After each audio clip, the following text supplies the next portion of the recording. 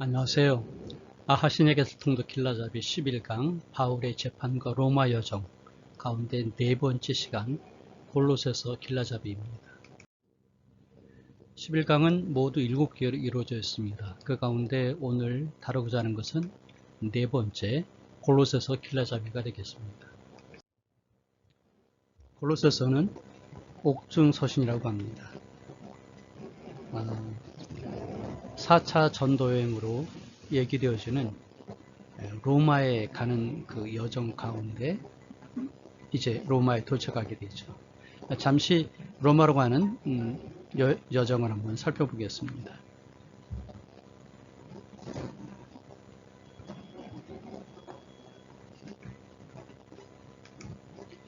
가이사라에서 시돈을 거쳐서 배를 타고 그리고 아드라무테노 가는 배를 타고요. 무라에 도착해서 알렉산드리아에서 출발한 배를 갈아타게 됩니다. 그리고 니도에 가면서 계절풍을 만나게 되죠. 결국은 그레데 섬을 방파제로 삼아가지고 가려고 하는데 이때 미양에서 겨울을 보낼 것인가 하는 그 이야기가 있다가 베니스로 가기로 결정을 하고 그리고 배를 띄웁니다. 사실 베니스 가는 그 거리는 그렇게 멀지 않아서 하루면 갈 수 있는 거리였으니까 라세아보다는 베니스 쪽이 더 규모가 있는 항구여서 겨울을 지내기가 여건이 더 좋았겠죠.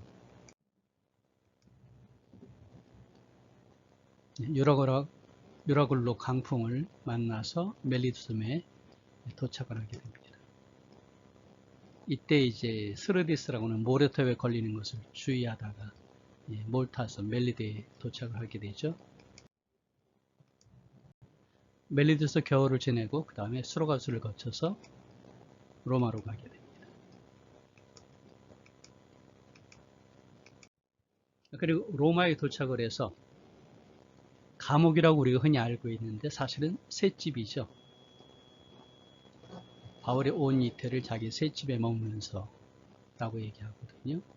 여기서 이제 복음을 증거하고 그리고 옥중서신을 기록하게 됩니다. 과연 이 셋집은 어디일까 궁금하지 않으십니까? 로마에 있는 산 파울로 알라 레골라라고 하는 성당이 있는데 그것이 바울이 머물렀던 곳이라고 알려지고 있습니다. 이 지역이 되겠죠. 테베레 강이 있고요. 제정 로마 시대에 트라스테베레 강 주변엔 유대인들의 촌락이 있었습니다. 이걸 게토라고 말하죠. 물론 게토라는 말은 1516년 베니스에서 시작된 말이긴 하지만 이미 그 로마 시대에도 유대인들이 집단을 이루고 살고 있었는데 지금 우리가 말하는 게토라고 할 수 있는 곳이죠. 그곳에 이제 바울이 월세집을 얻었는데 그것을 기념하여서 이렇게 상파울로 알라 레골라라고 하는 그런 성당이 건축이 되었습니다. 산파울로 알라 레골라 성당에 있는 사도 바울의 그 거처로 알려지는 곳이 사진에 보이는 모습 그대로 있습니다. 로마 시를 이때여서 테베레 강이 흐르고 있었고요. 그곳에는 많은 곡물 창고들과 천막 공장들이 자리하고 있었습니다. 여기서 만든 천막은 배에 돛대로 공급되기도 하고 물론 로마 군인들에게는 캠프할 때 이 천막이 아주 중요한 것이었죠. 따라서 그때는 천막에 대한 소요가 아주 굉장했다고 합니다. 그런데 공교롭게 바울이 천막 제조 기술자였고 또 바울은 월세를 내야 했었거든요. 그래서 이곳에 있는 것이 여러모로 유리했습니다.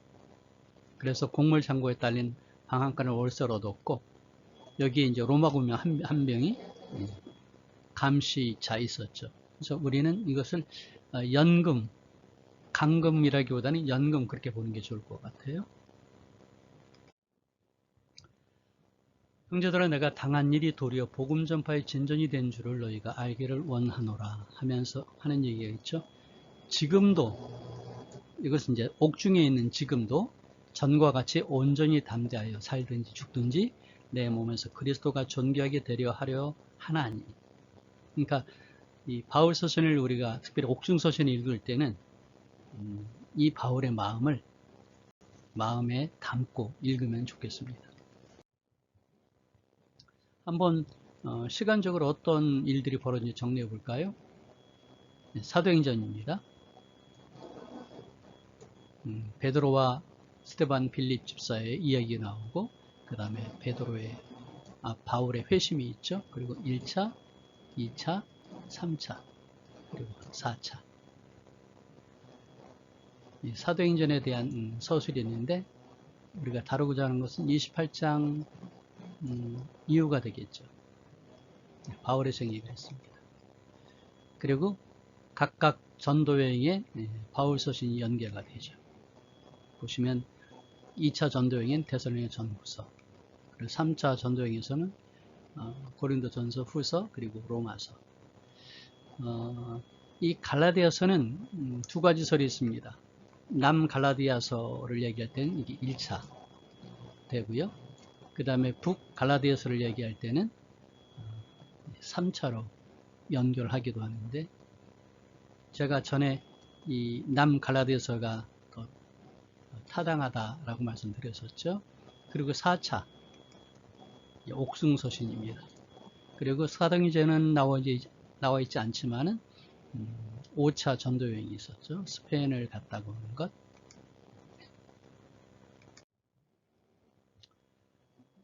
신약 성경 가운데 이 번호는 66번 성경의 순서가 되겠습니다. 66번 요한계시록까지요. 그리고 여기 이제 절이 나오죠. 근데 신약 성경의 순서는 어떻게 정리가 되었을까 하면은 70인역의 순서에 맞추었습니다. 70인역은 구약 성경을 헬라어로 번역한 것이죠. 70명의 유대인들이 알렉산드리아에서. 그래서 율법서처럼 모세오경처럼 복음서, 그 다음에 역사서, 그 다음에 선지서 대신 이렇게 나오게 됩니다. 성문서를 이제 얘기할 수 있는데, 서신서와 예언서. 그래서 마태부터 요한복음까지는 복음서, 역사서, 그 다음에 서신서는 로마서부터 유다서, 요한 1, 3서, 유다서까지, 그리고 예언서는 요한계시록. 이런 순서를 가지고 있고요. 여기에 나오는 건 바울 서신인데, 바울 서신은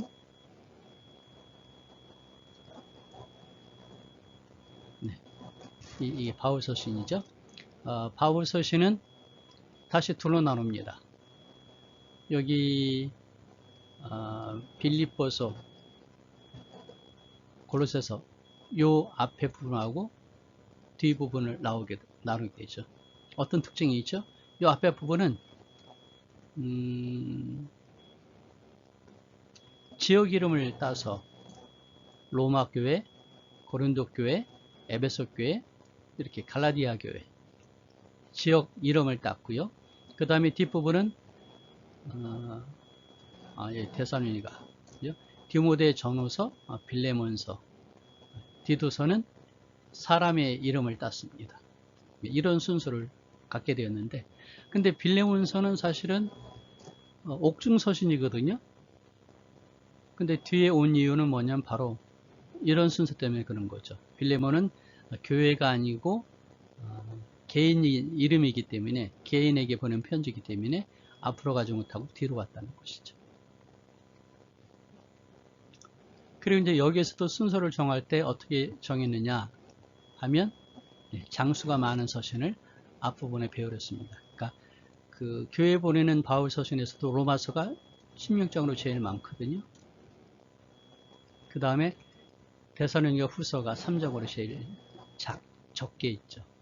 그러니까 순서가 이렇게 되어 있습니다. 그리고 이제 빌립보서 4장, 골로새서 4장인데 왜 빌립보서가 골로새서 앞에 있느냐 하면 절수를 보십시오. 104절과 95절이죠. 그러니까 길이의 차이 때문에 이게 순서가 되어 있습니다. 바꿔 말씀드리면 이 옥중서신의 기록 순서가 에베소서, 빌립보서, 골로새서, 빌레몬서가 아니라는 것이죠. 그래서 오늘 우리가 에베소서 전에 골로새서를 먼저 이야기하게 되는 것입니다. 이 얘기는 뒷부분에서 다시 한번 정리해 보도록 하죠. 그런데 이제 이 절도 사실은 좀 바뀌기도 합니다. 왜냐하면 이 절이라는 것은 사실은 이제 장과 절을 나눌 때 스테파누스가 편리하게 자기 임의대로 이걸 나눴기 때문에 절수가 많다고 길이가 긴 건 아니거든요. 그래서 신약 성경이 정경화됐던 397년 이때는 절이 상관이 없거든요.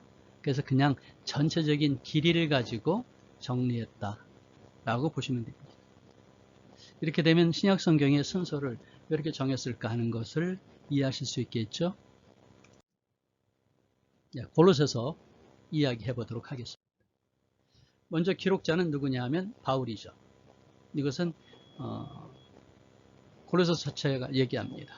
하나님의 뜻으로 말미암아 그리스도 예수의 사도된 바울과 형제 디모데는 골로새에 있는 성도들에게 하면서 바울이 자기는 직접 얘기를 하죠. 근데 이 문체나 어휘가 바울 서신과 다르다 해서 이제 부정적으로 보는 학자들이 있습니다. 하지만은 이건 그 대상에 따라 달리할 수 있다는 것이죠. 지금 골로새 교회를 향한 이 바울의 마음과 에베소 교회를 향한 바울의 마음이 또 다르거든요. 네, 그런 변화가 있다는 것입니다. 그 다음에 지금 골로새서는 영지주의가 나오는데 이건 2세기에 발달했거든요. 그래서 이게 바울 서신이 아니다는 얘기를 하는데 그렇지는 않습니다. 이미 초기 영지주의가 1세기 있었거든요. 두 번째 수신자입니다. 골로새 1장 2절 아까 읽었던 그 뒷부분이죠. 골로새에 있는 성도들. 그래서 수신자는 골로새 교인들입니다. 그 다음에 골로새 4장 16절을 보면 이 편지를 너에게서 읽은 후에 라오디게아인의 교회에서도 읽게 하고, 보시면 여기 라오디게아, 골로새가 있죠. 네, 가깝습니다. 그래서 골로새 교회에 보낸 편지를 라오디게아에서도 읽고, 라오디게아에서 보낸 편지를 라오디게아에 보낸 편지를 골로새도 읽는 일종의 초대교회 이 사도들의 교훈은 중요하잖아요. 그러니까 한 교회를 지칭해서 보내긴 있지만 주변 교회에서 그 귀한 교훈 때문에 가르침 때문에 회람 형식으로 볼 수 있었다는 것이죠. 여기 라오디게아인의 교회에서도 읽게 하고 라오디게아로부터 오는 편지에서 참 공부하는데 어떤 학자들은 이게 에베소서다 하는 얘기도 하고 있긴 있었지만은 지금은 우리에게 전해지지 않고 있다는 그렇게 생각하기도 합니다. 자, 그 다음에 마찬가지로 골로새 교회를 보냈지만 라오디게아 교인들도 읽었다면 그 옆에 있는 여기 히에라폴리스에도 회람이 되었을 것이다 라고 추정을 할 수 있겠죠. 기록 연대는 사초 전도여행 있죠. 62년까지 있었는데 이게 옥중에서 기록하는 것입니다. 그래서 60년에서 61년경으로 볼 수 있습니다. 배경으로 보면 지금 여기가 골로새가 되는데 이게 당시 무역로의 중요한 경주가 된 것이죠. 보시면 이 길들이 이렇게 있죠. 길들이. 그래서 이게 교통의 요지기도 합니다. 지금 에베소에서 이쪽에 바벨론 가는 쪽이죠. 유브로데강 가는 길목인데 이쪽으로 빈번하게 유럽에서 아시아로 빈번하게 이제 이동을 할 때 이 교통의 요지가 됐다는 것이죠. 그래서 다양한 동서문화의 사상, 종교, 철학들의 교류가 활발했습니다. 그래서 이런 배경으로 인해 가지고 골로새에는 온갖 철학과 이단 사상이 만연했다는 것이죠. 근데 이게 골로새 교회에 나쁜 영향을 미쳤기 때문에 거기에 대해서 바울이 좋은 도움을 주려고 편지를 써서 교훈을 하고 있는 것이죠. 좀 더 골로새를 자세히 볼까요? 네, 여기 골로새입니다. 라오디게아, 그리고 히에라폴리스.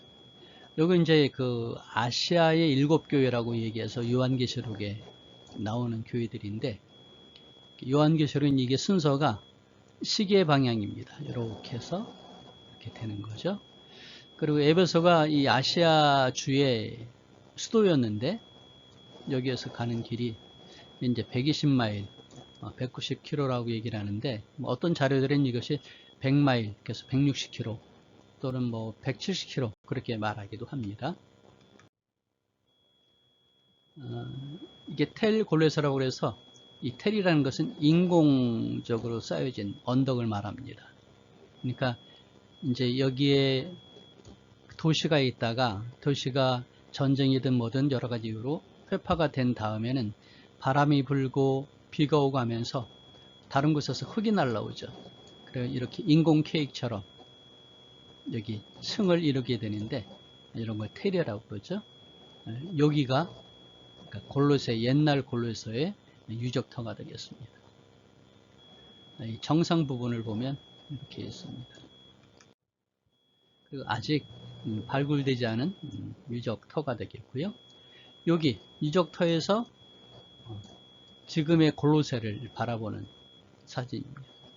여기는 이제 현대 골로새입니다. 현대 골로새. 기록 목적은 일단은 그 에바브라가 바울을 방문한 데서부터 이제 시작이 되는 거예요. 그래서 거기에 대한 답변, 그러니까 조치를 골로새 교회에 부탁하면서 이제 내용들을 적는 거죠. 그래서 보통 세 가지로 볼 수 있는데, 골로새 교회에 들어온 거짓 교리, 속아 넘어가지 말라 하는 얘기를 하면서 예수님이 으뜸이 되시고 완전하시고 충만케 하신다 하는 얘기를 하고, 그러므로 너희들은 이제 실제적인 삶에서 그리스도 안에서 완전하게 세워져라 하는 그런 교훈을 주기 위해서 골로새서를 기록을 했습니다. 골로새서 내용을 우리가 살펴보기 전에 가장 간단한 것이 이제 단어들이 되겠죠. 그래서 제일 많이 나오는 단어가 뭘까요? 사실은 하나님이라는 단어가 이제 27번 나오는데, 보시면 지저스와 더불어서 크라이스트 하면은 37회입니다. 바꿔 말하면 골로새서는 예수님에 대한 이야기, 그래서 기독론이라고 그러죠. 기독론을 이야기하고 있다. 그렇게 볼 수 있는 겁니다. 그 다음에 이제 어떤 삶을 살아라 하는 이 얘기가 되겠죠. 몸을 따라 살지 말고 믿음을 따라 살아라 하는 것으로 우리가 살펴볼 수 있을 것입니다. 근데 여기 이제 지혜, 이건 이제 그 세상 지혜가 되겠고요. 그리고 이것은 행위에 대한 얘기가 되겠죠. 골로새서의 구절을 크게 둘로 구분할 수 있습니다. 1장과 2장, 그리고 3장과 4장. 그래서 1장, 2장은 교회의 머리가 되시는 그리스도, 그 다음에 3장과 4장은 그리스도 안에서의 새로운 삶. 그래서 각각 이렇게 세 개씩 나눌 수 있는데, 중요한 핵심은 예수님을 의지해라, 그리고 예수님을 닮아라 하는 얘기죠. 그래서 1장, 2장은 교리편, 그리고 3장, 4장은 실천을 다루고 있다라고 볼 수 있습니다. 그래서 우리가 교리를 잘 이해한 다음에 실천을 읽을 필요가 있죠. 교리는 빼고 그리고 실천만 마음을 담으면 곤란합니다. 자, 여기서 중요한 얘기는 뭐죠? 요절로 말할 수 있는데 1장 18절입니다. 그의 몸인 교회, 그는 몸인 교회의 머리시라. 그가 근본이시요 죽은 자들 가운데서 먼저 나신 이시니 이는 친히 만물의 으뜸이 되려 하시며, 으뜸 그랬죠?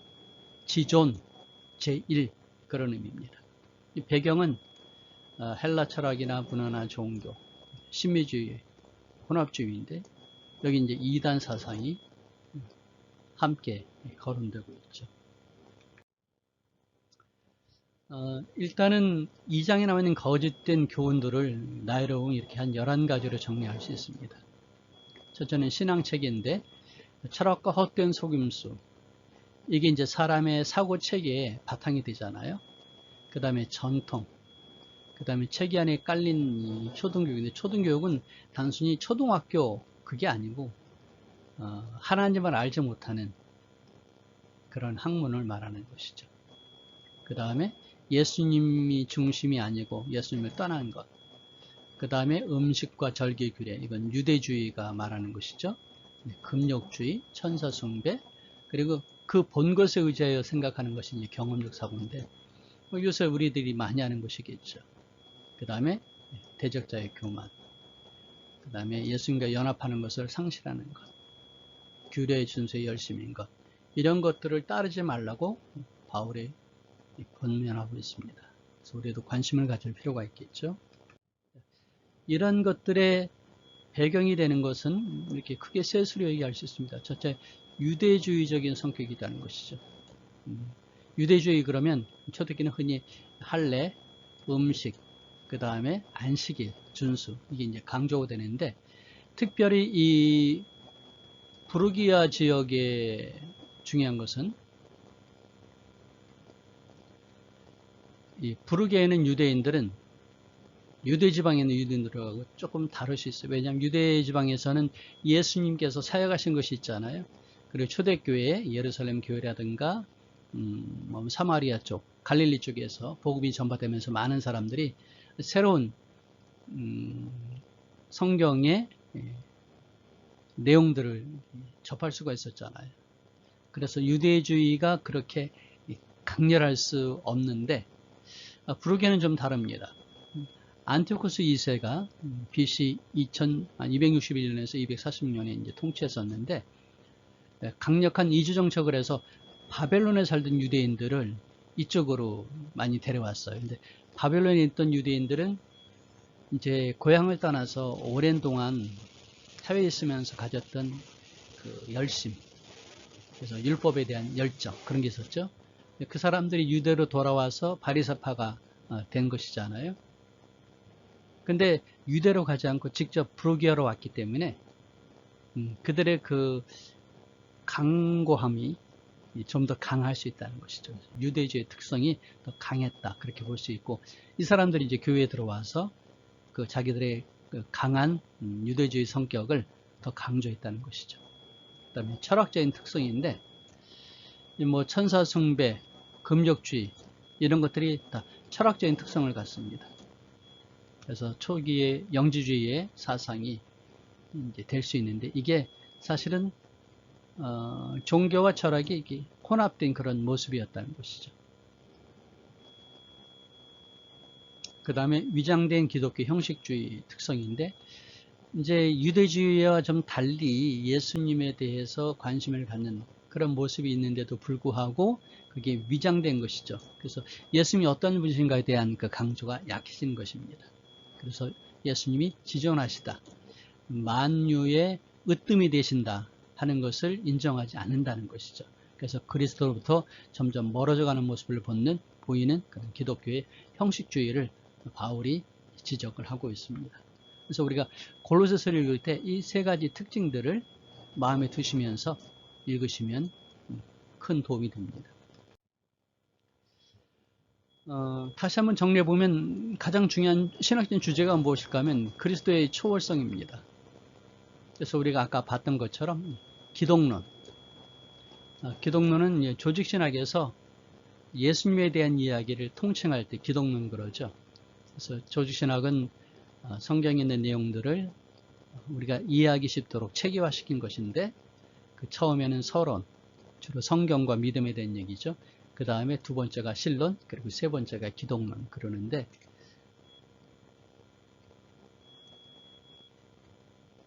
보면은 로버슨이라고 하는 주석가는 골로새서가 그리스도에 대한 완벽한 초상화라고 얘기를 했어요. 그러니까 예수님을 아는데 아주 중요한 그런 교훈이 된다는 것이죠. 그래서 보시면 예수님은 하나님의 아들이시고 믿음의 대상이고 구속자이시고 하나님의 형상이고 창조주시고 교회의 머리가 되시고 세상을 화평케 하시는 분이다. 아주 중요한 예수님에 대한 생각입니다. 그래서 1장과 2장에서 예수님에 대한 이야기를 해주고 있습니다. 고린도서를 읽을 때 도움되는 또 하나의 사실이 있습니다. 그게 뭐냐면 쌍둥이 서신이라는 것이죠. 에베소서하고 골로새서가 쌍둥이 서신입니다. 왜 그럴까요? 두 책 다 옥중에서 기록했고요. 그리고 두 기고가 전달을 했습니다. 에베소 6장, 골로새 4장에서 얘기하고 있죠. 그 다음에 또 한 가지는 골로새는 그 핵심이 그리스도 되긴 하고, 그 다음에 에베소는 교회가 되긴 하지만은 골로새서가 95절, 에베소서가 155절인데 여기에서 공통되는 것이 75절이 된다는 것이죠. 비슷한 얘기가 복음서도 있죠. 보시면 마가복음과 마태복음이 여기 94%가 마태복음 55% 안에 담겨 있습니다. 그래서 유사성을 갖게 되는 것이죠. 자, 여기에서 이제 우리가 되어진 얘기 중에 하나가 뭐죠? 어떤 책이 먼저 쓰여졌느냐 하는 것이었죠. 그래서 어떤 사람은 마가복음의 내용이 짧으니까 먼저 기록됐다. 그리고 마태복음이 나중에 마가복음을 참고하고 기록했기 때문에 더 추가됐다. 좀 많은 내용들이 담겨 있잖아요. 45% 있으니까. 이렇게 보면은 골로새서가 먼저 쓰여지고 에베소서가 나중에 쓰여졌다. 그렇게 볼 수 있다는 것이죠. 그러면 이제 또 빌레몬서가 있죠. 옥중서신 가운데서. 옥중서신 가운데서 빌레몬서도 두 기고가 전달했습니다. 언제 했을까? 그럼 골로새 교회에 가는 김에 빌레몬서가 함께 갔다고 볼 수 있다는 것이죠. 그러면은 이제 골로새서 먼저, 빌레몬서 다음, 그다음에 에베소서 세 번째, 그렇게 볼 수 있죠. 그럼 왜 골로새서가 먼저이고 빌레몬서가 나중이냐면, 빌레몬서는 빌레몬에게 개인적으로 부탁을 했잖아요. 오네시모에 대해서. 그러니까 그건 사사로운 것이기 때문에 그냥 부록처럼 첨가될 수 있다는 얘기가 되겠죠. 그래서 우리가 옥중서신을 다룰 때 먼저 골로새서를 다루고 다음에는 빌레몬서, 그 다음에 에베소서, 그리고 마지막으로 빌립보서를 다루게 됩니다. 순서를 이해하시겠죠? 골로새서하고 에베소서가 쌍둥이 서신이라고 하는데 보십시다. 주제로 보면은 아까 말씀드렸잖아요. 75절이 골로새서의 75절이 에베소서에 담겨 있다고요. 이렇게 유사한 게 많이 있습니다. 감사기도, 으뜸이신 그리스도, 소망이신 그리스도, 그리스도와 연합. 그래서 이러한 유사성이 있는데 내용을 살펴보면 또 이러한 다른 점이 있어요. 보시면 강조하는 것이 몸의 머리 되신 그리스도. 근데 에베소서는 그리스도의 몸 된 교회. 그래서 여기는 머리, 여기는 몸을 강조한다는 차이가 있다는 것이죠. 그리고 골로새서는 좀 지역적이고 그래서 좀 특별한 것입니다.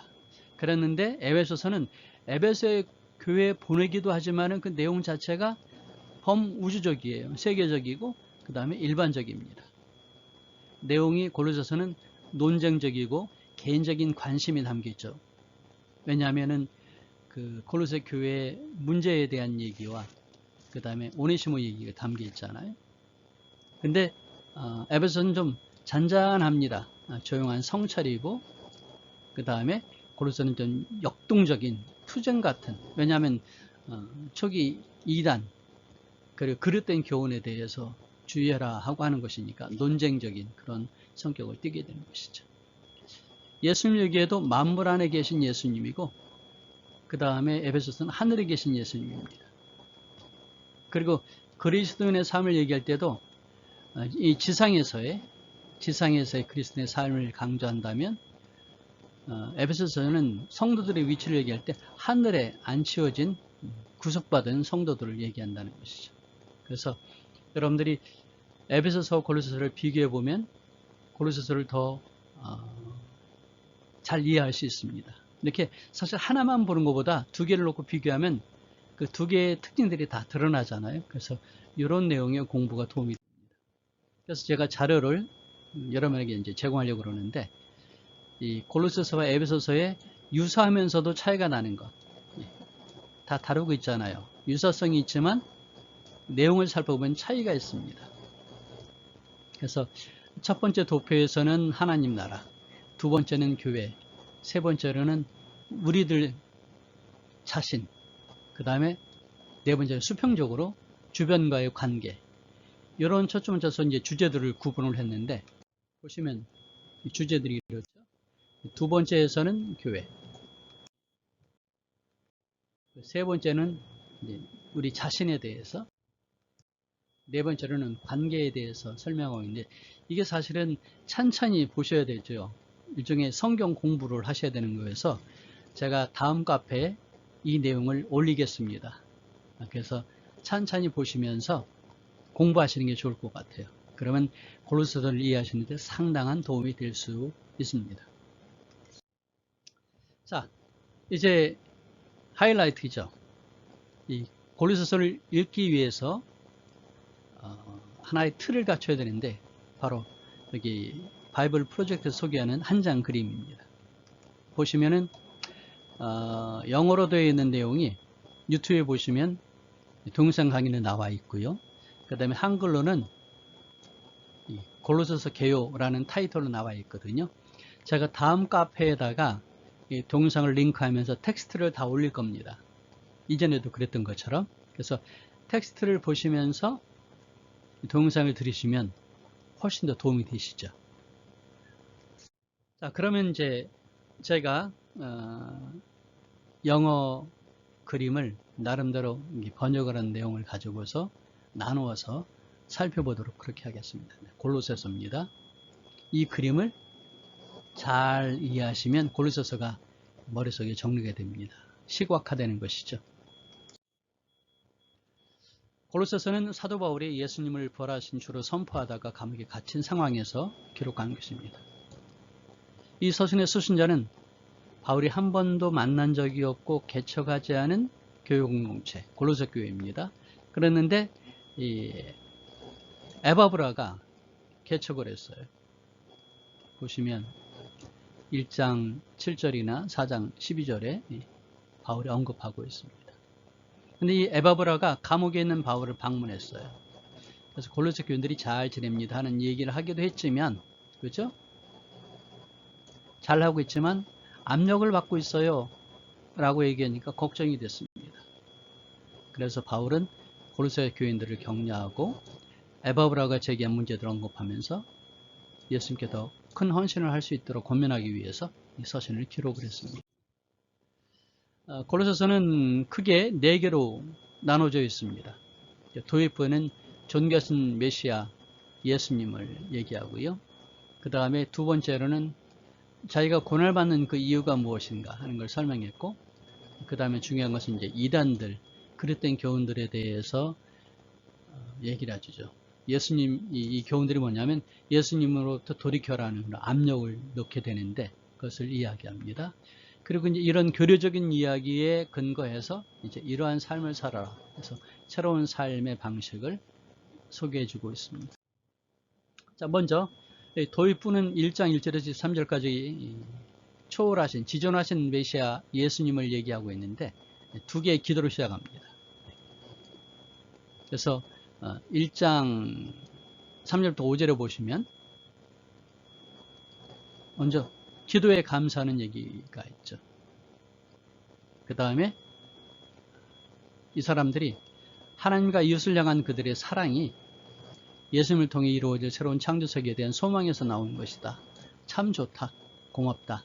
라고 얘기를 합니다. 그 다음 이어서 모든 신령한 지혜와 충의 하나님의 뜻을 아는 것으로 채우게 하시기를 기도하고 있습니다. 자, 이어서 이제 메시아의 시가 나옵니다. 이 시는 구약에 있는 내용들을 가져다가 하고 있는 것인데, 이게 초대교회 찬송시 1절, 2절 그렇게 표현하고 있습니다.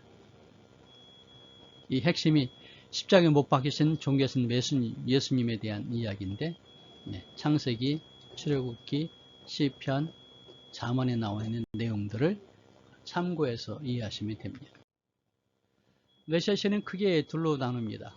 첫째 부분이죠. 진정은 하나님의 형상이신 예수님에 대해서 얘기해 주고 있습니다. 하나님의 성품과 계획은 인간이 되신 예수님 안에서 완벽하게 구현되는데, 먼저 나신 자로서 구약의 표현대로 모든 피조물 위에 높으신 예수님의 왕의 지위를 가지시고 창조주신 유일하신 자 하나님과 동일하신 분이다. 예수님은 창조주이시며 만왕의 왕이 되신다 하는 것을 얘기하는 것이죠. 그 다음에 두 번째 부분에서는 예수님을 새로운 창조를 이루시는 분 이렇게 얘기하고 있습니다. 예수님은 새로운 몸의 머리로서, 그리고 이 몸은 예수님 백성인 새 사람을 가르치는데, 부활하신 예수님의 존재가 바로 그들의 모델, 원형이 되신다는 것이죠. 그래서 그분 안에 하나님의 영광스러운 성전의 임재가 머무르는데, 그래서 하나님은 바로 예수님의 죽음과 부활을 통해 땅에 있는 인간이 하늘에 있는 영적 존재, 화목하게 되기를 주도하신 것이죠. 그래서 이 시가 참 중요한데, 이 시가 이제 뒤에 나오는 2장, 3장, 4장의 그 이야기의 근거가 되는 것이죠. 1장 24절에서 2장 5절까지 고로 만든 사도에 대한 얘기합니다. 바울은 이 시에 담긴 진리가 투옥된 자신의 고난의 경험을 어떻게 바꾸는지를 보여줍니다. 지금 바울은 예수님이 부활하신 주시며 만왕의 왕이 되신다 하는 얘기를 선포하다가 옥중에 갇힌 것이죠. 근데 그렇기 때문에 이것이 메시아의 고난에 참여하는 것이라고 생각을 하는 거예요. 그래서 바울의 역경은 정말 기뻐할 이유가 되는 것이죠. 근데 그 예수님이 어떤 분이냐 하면,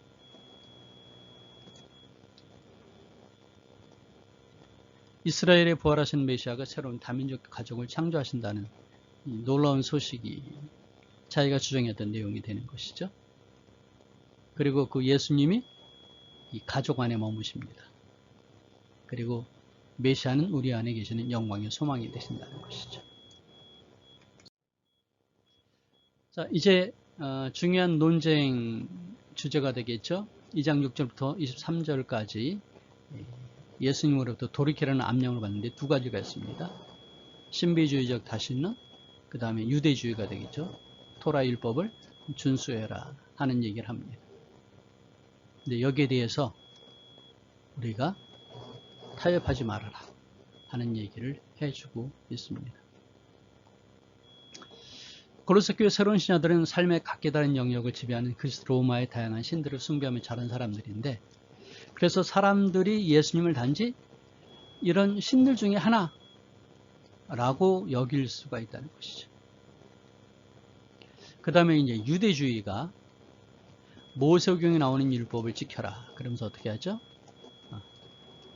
먹는 거, 그 다음에 할례, 그리고 안식일과 절기를 지키라는 그런 이야기를 하죠. 네, 이것은 타협을 하면 안 된다. 이것을 허용하는 건 타협이다. 진정 예수님이 누구시며 예수님이 그들을 위해서 한 일이 무엇인지를 이해하지 못해서 그런 것이다 라고 지적하고 있습니다.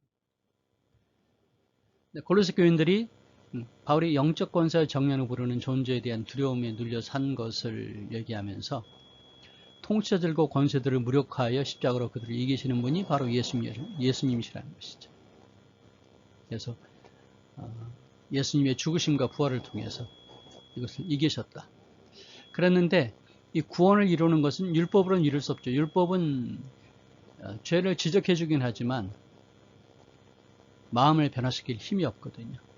그래서 예수님이 율법을 우리를 대신해서 완성하셨다는 얘기를 하고 있습니다.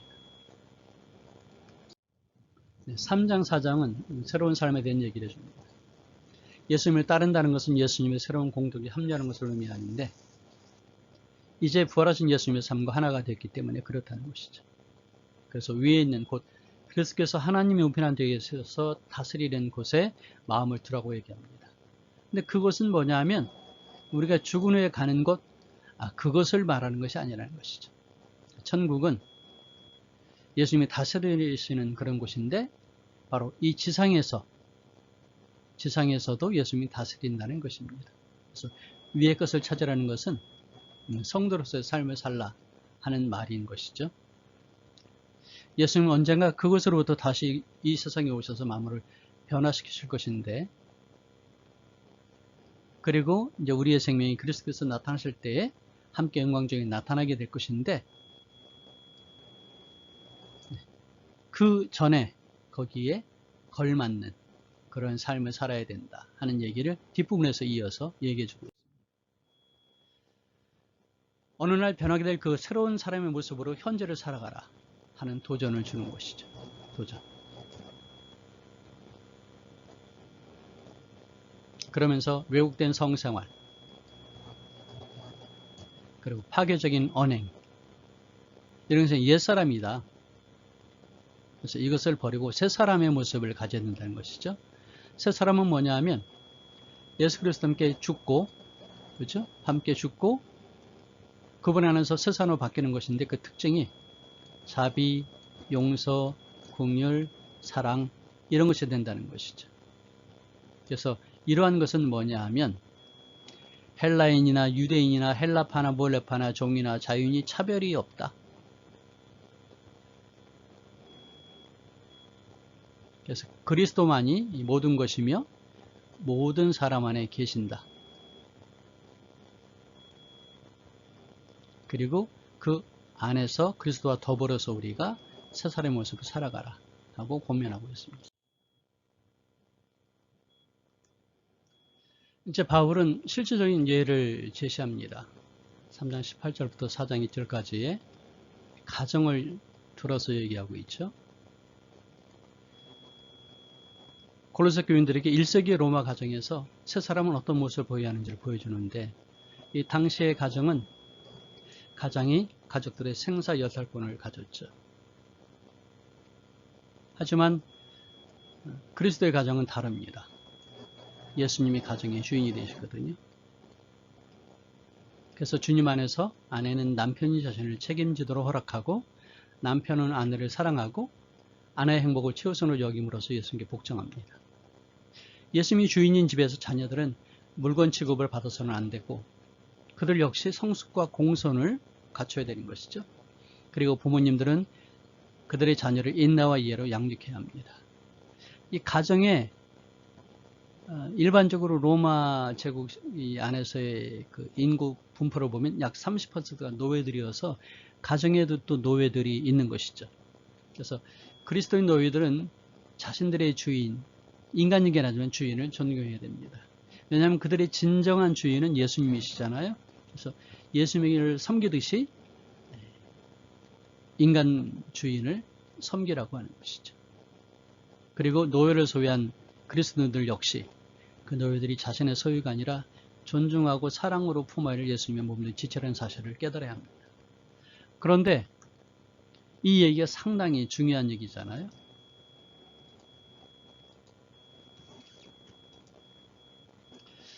여기서 바울은 로마의 가장 기초적인 제도, 노예 제도를 자기 희생의 사랑으로 통치하신 예수님을 기준 삼아서 변혁하라고 하는 것입니다. 로마의 가정구조를 점저로 폐지하는 것은 아니지만 존귀하신 메시아가 그리스도인 골로새 교인들의 그 의식 가운데서 뛰어난 수준으로 변화되기를 요구하신다 하는 사실을 얘기해 주고 있습니다. 결론 부분에서 다시 한번 사도 바울은 얘기해 주는데,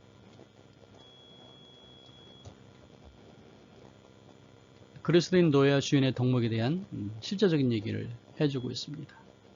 두 개국의 서신을 골로새 교회에 전달하고 읽어줬다는 것을 보게 되는데, 그 두 기구와 동행하는 사람이 오네시모입니다. 오네시모는 빌레몬이라는 골로새 교인의 노예였는데,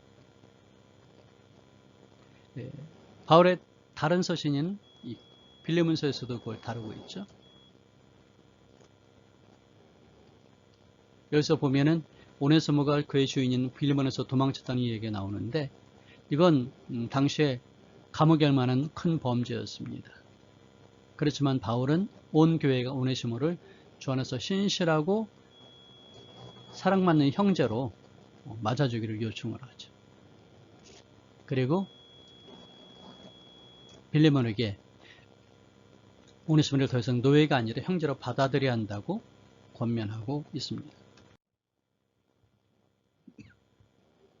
정말 극적이죠.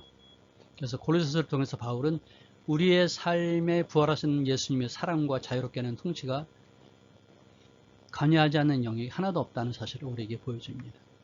사실은 이 노예제도 문제는, 그리고 이제 부모와 자녀 문제는 우리가 가장 기본적인 얘기잖아요.